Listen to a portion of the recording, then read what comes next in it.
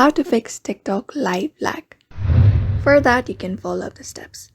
So for that, you can go ahead and clear the cache of the TikTok because that may be one of the reason the uncleared caches of the TikTok.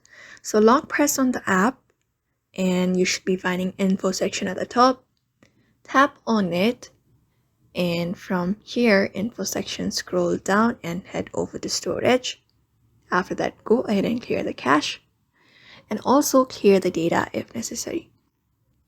Another thing is updating your app to the latest version because that may be also one of the issue. So go ahead to Play Store if you are on an Android device. After that, head over to search bar.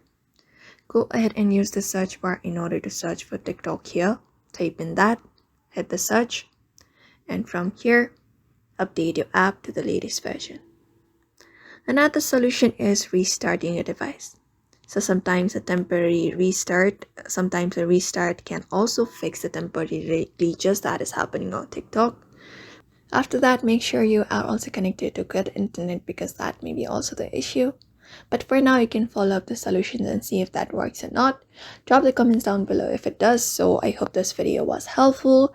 Thank you for watching. Make sure to like and subscribe and we will see you in the next one.